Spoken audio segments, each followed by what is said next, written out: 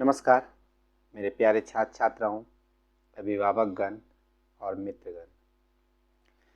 जैसा कि हम लोगों को पता है कि 1 फरवरी 2024 से इंटर का परीक्षा प्रारंभ होने वाली है। बच्चों को एडमिट कार्ड प्राप्त हो गया है।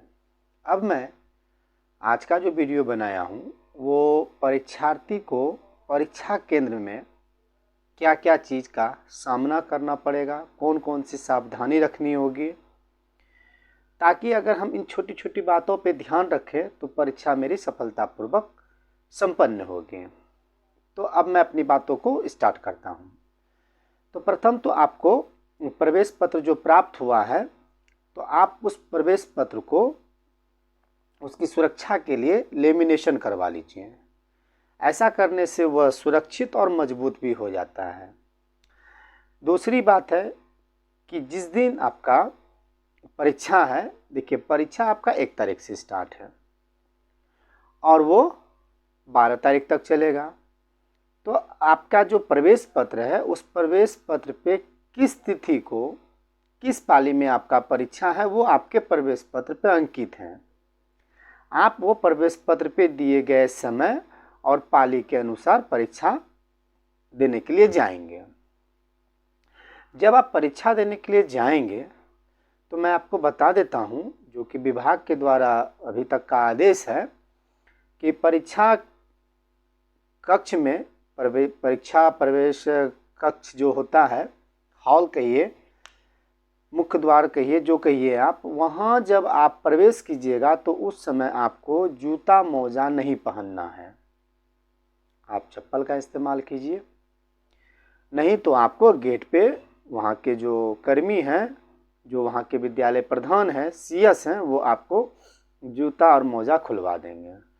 तो इस तरह की समस्या ना हो तो मैं चाहूँगा कि पूर्व से ही आप चप्पल का इस्तेमाल करें। दूसरी बात, प्रत्येक परीक्षा केंद्र पर बाहर में आपका बैठक प्लान प्रकाशित रहेगा।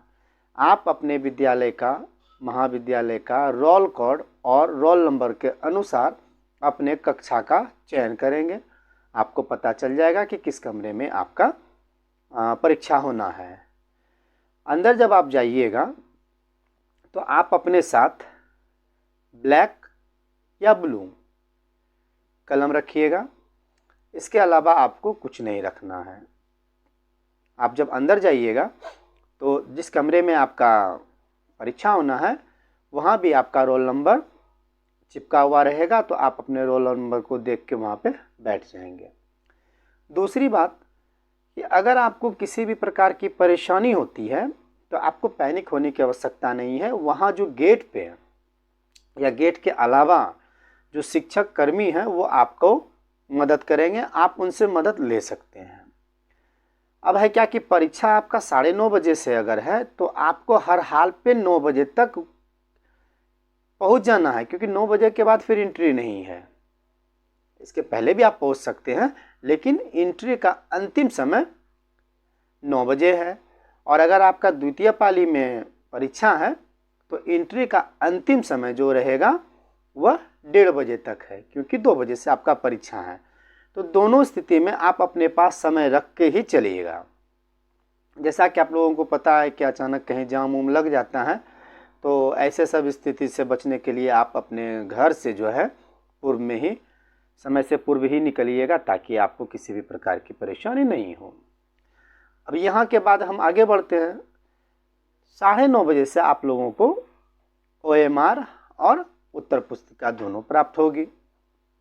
अब देखिए, जो OMR और उत्तर पुस्तिका आपको प्राप्त होगा तो आपको ये देख लेना, उस पर आपका नाम अंकित रहेगा, आपका रोल नंबर, रोल कोड अंकित रहेगा। तो आप जल्दबाजी में भरने का प्रयास नहीं कीजिएगा। पहले आप ये आश्वस्त हो लीजिएगा कि जो OMR और उत्तर पुस्तिका मुझे प्राप्त हुई है वो मेरा है कि नहीं। भली भांति उसको देख लीजिएगा। अगर किसी प्रकार का उसमें आपको दिक्कत बुझाता है तो आप तुरंत अपने शिक्षक को अपनी बातें रख के कहिएगा कि इसमें अमुक अमुक समस्या है। अगर समस्या नहीं है तो आप आराम से देख के उसको रख लीजिएगा। फिर आपको प्रश्न मिलेगा, प्रश्न के अनुसार आपको OMR पे जवाब देना है और प्रश्न के अनुसार आपको उत्तर पुस्तिका पे जवाब देना है।